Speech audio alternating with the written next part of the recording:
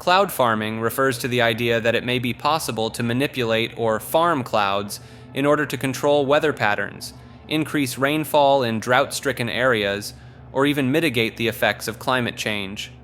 Proponents of this concept point to various methods that have been proposed or explored, such as cloud seeding, where substances like silver iodide are introduced into clouds to encourage precipitation, or more speculative techniques involving the use of lasers or electromagnetic waves to stimulate cloud formation and growth.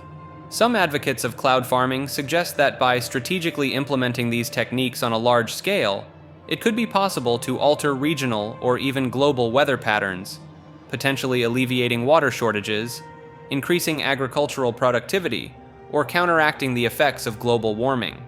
They argue that the ability to control and direct rainfall could be a game changer for regions that suffer from chronic drought, enabling them to sustain crops and support growing populations in the face of changing climatic conditions. Furthermore, some proponents believe that cloud farming could offer a way to combat rising global temperatures by reflecting more of the sun's energy back into space, a concept known as solar radiation management. By increasing cloud cover in key areas, they suggest, it may be possible to reduce the amount of heat absorbed by the Earth's surface.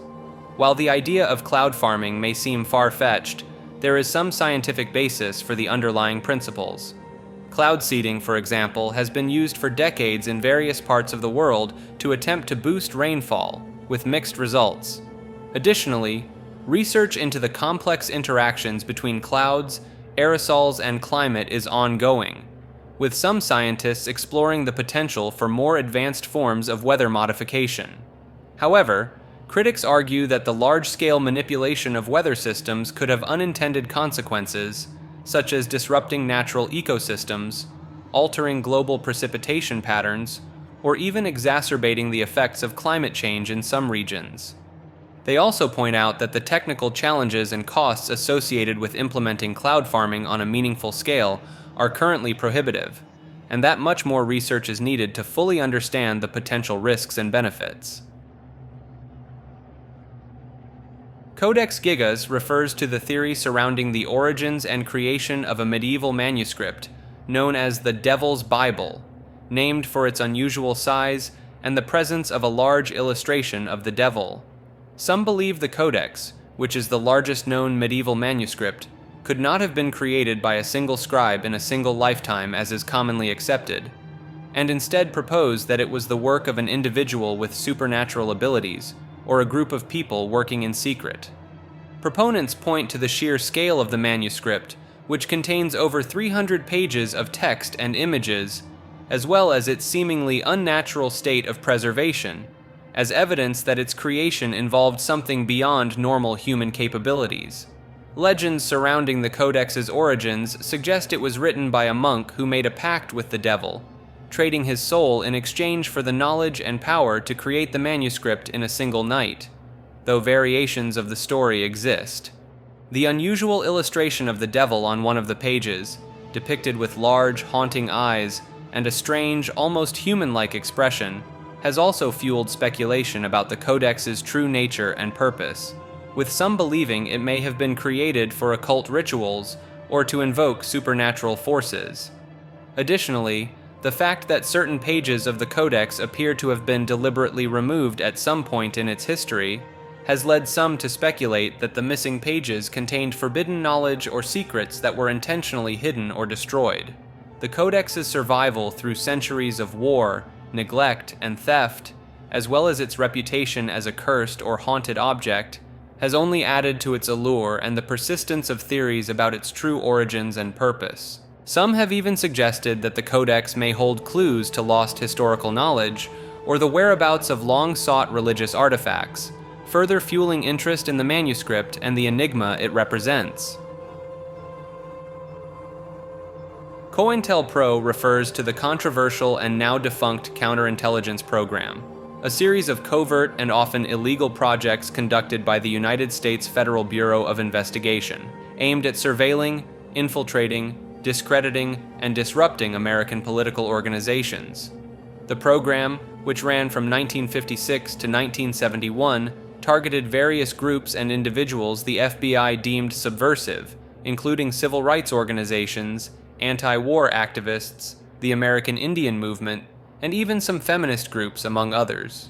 Proponents of the theory contend that COINTELPRO's tactics went far beyond legitimate law enforcement and involved a range of unconstitutional and unethical practices, such as wiretapping, planting false media stories, forging letters to create dissent within organizations, and even encouraging violence between rival groups. Some of the most notorious examples of COINTELPRO's actions include the FBI's attempts to blackmail and discredit civil rights leader Martin Luther King Jr., their infiltration and disruption of the Black Panther Party, and their role in the raid that led to the death of Black Panther leader Fred Hampton. However, some believe that the full extent of COINTELPRO's activities has never been fully disclosed, and that similar programs may have continued or evolved in the decades since the program was officially disbanded.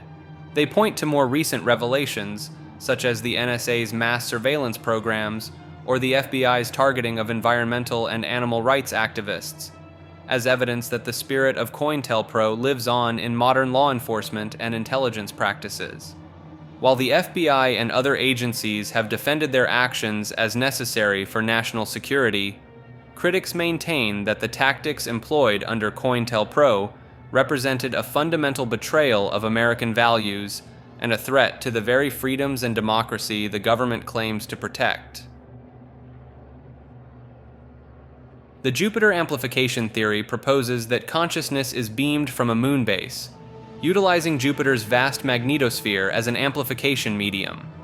Jupiter's powerful radio emissions, recorded by NASA's Voyager probes, suggest the potential for harnessing or replicating these signals to transmit consciousness to Earth.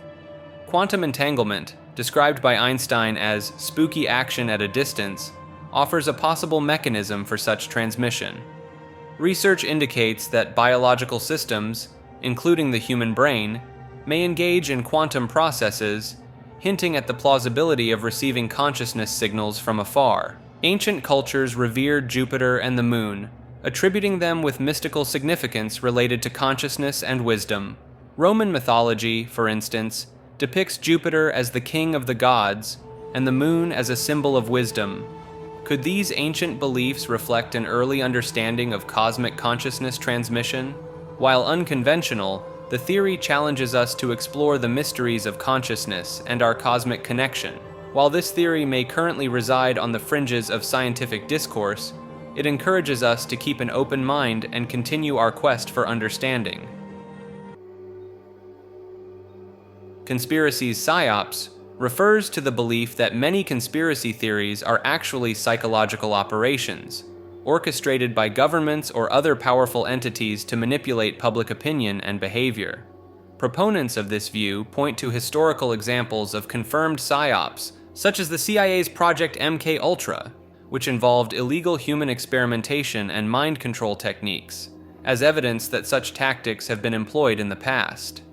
They argue that by disseminating conspiracy theories, often with a kernel of truth but laden with disinformation, these entities can sow confusion, division, and doubt among the populace, ultimately maintaining control and advancing their agendas. Some theorize that even seemingly far-fetched conspiracies, like those involving UFOs or the Illuminati, may serve as deliberate distractions from more tangible issues, or as a means of discrediting legitimate questions and concerns by lumping them together with outlandish ideas. Believers often cite the rapid spread of conspiracy theories online and the apparent sock puppet accounts promoting them as signs of coordinated psyops campaigns.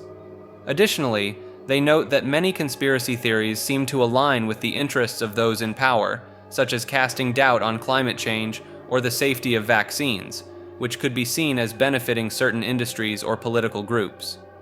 While the extent and efficacy of alleged conspiracies' psyops remain a matter of debate, the concept highlights the complex interplay between information, disinformation, and power in the modern age.